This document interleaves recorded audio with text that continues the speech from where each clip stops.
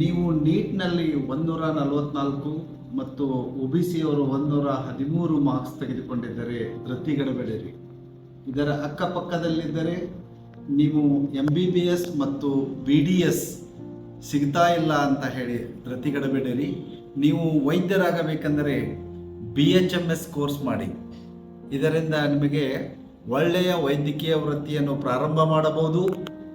114 ಅಕ್ಕಪಕ್ಕದಲ್ಲಿ general merit ಹಾಗೂ 113 marks 113 marks OBC ಅಕ್ಕಪಕ್ಕದಲ್ಲಿ ತೆಗೆದುಕೊಂಡಿದ್ದರೆ ಹಿಂದೆ BHMS ಕೋರ್ಸ್ಗಾಗಿ ನೀವು BVVS homeopathic medical college Bagalkot ಇಲ್ಲಿ ಸಂಪರ್ಕಿಸಿರಿ.